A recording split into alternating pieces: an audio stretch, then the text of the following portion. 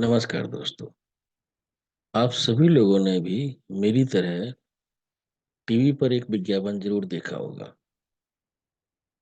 अ, शायद मैं आपको दिखाई दूं तो आपके लिए ज्यादा अच्छा रहेगा, क्योंकि देखने में ज्यादा आपको समझ में आएगा।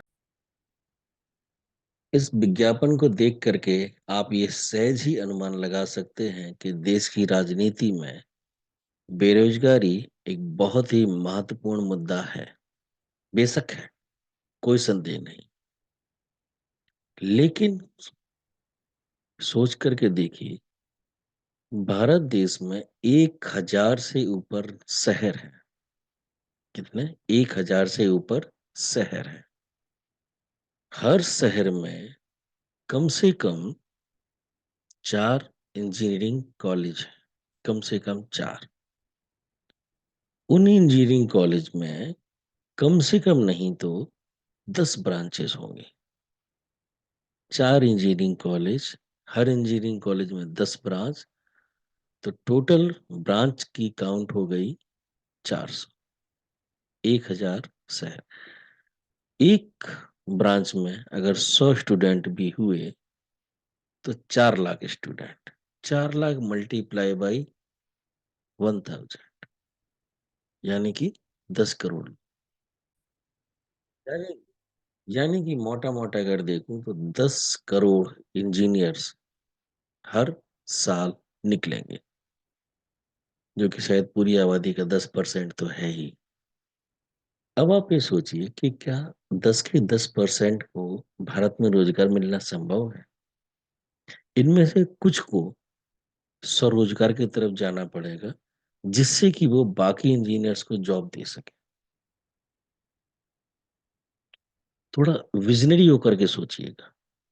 अगर आपको सिर्फ वर्तमान प्रधानमंत्री को गालियां देनी है तो एक अलग बात है। अभी हाल ही में मैंने कम से कम 50 बच्चों का इंटरव्यू लिया अपनी कंपनी के लिए। 50 बच्चों में से मैंने कोशिश की कि 40 से ऊपर सेलेक्ट हो, मतलब सिलेक्शन का क्राइटेरिया काफी डाउन रखा। 46 को सेलेक्ट किया। ड्यूरिंग इंटर्नशिप मैंने 10,000 रुपए ऑफर किए। 3 महीने की इंटर्नशिप के बाद में ट्रेनिंग पीरियड में उनको 13,000 से 20,000 की और सैलरी मिलेगी 6 महीने। इसके बाद जब वो मेरे पे रोल पर आएंगे तो 23,000 से 30,000 की सैलरी मिलेगी, मतलब परफॉर्मेंस। आप बिलीव नहीं करेंगे, इन 46 बच्चों में से केवल और केवल 8 बच्चों ने ज्वाइन किया। बाकी के 36 बच्चों के बहाने मेरी दादी बीमार हो गई, मेरे पापा का एक्सीडेंट हो गया, ऑफिस बहुत दूर है, क्या कंपनी अकोमोडेशन भी दे सकती है, हमसे डेली अप डाउन नहीं हो पाएगा।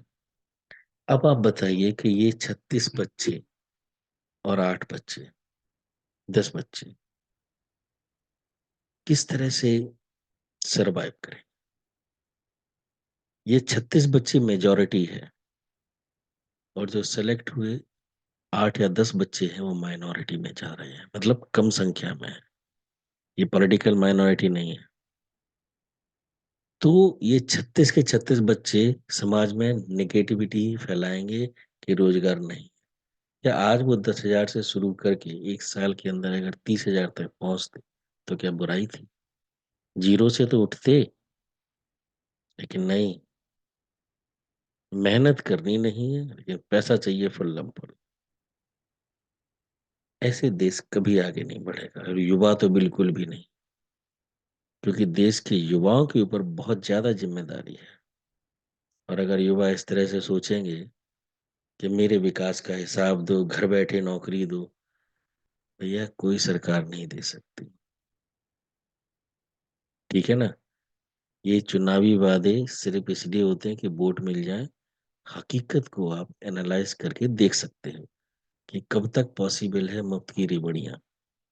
इस बात को आप जितनी जल्दी समझ लेंगे, सच्चाई आपके सामने आ जाएगी। बाकी दिमाग आपका और भविष्य आपका, देश आपका, जो इच्छा हो वो करिए। वंदे मातरम।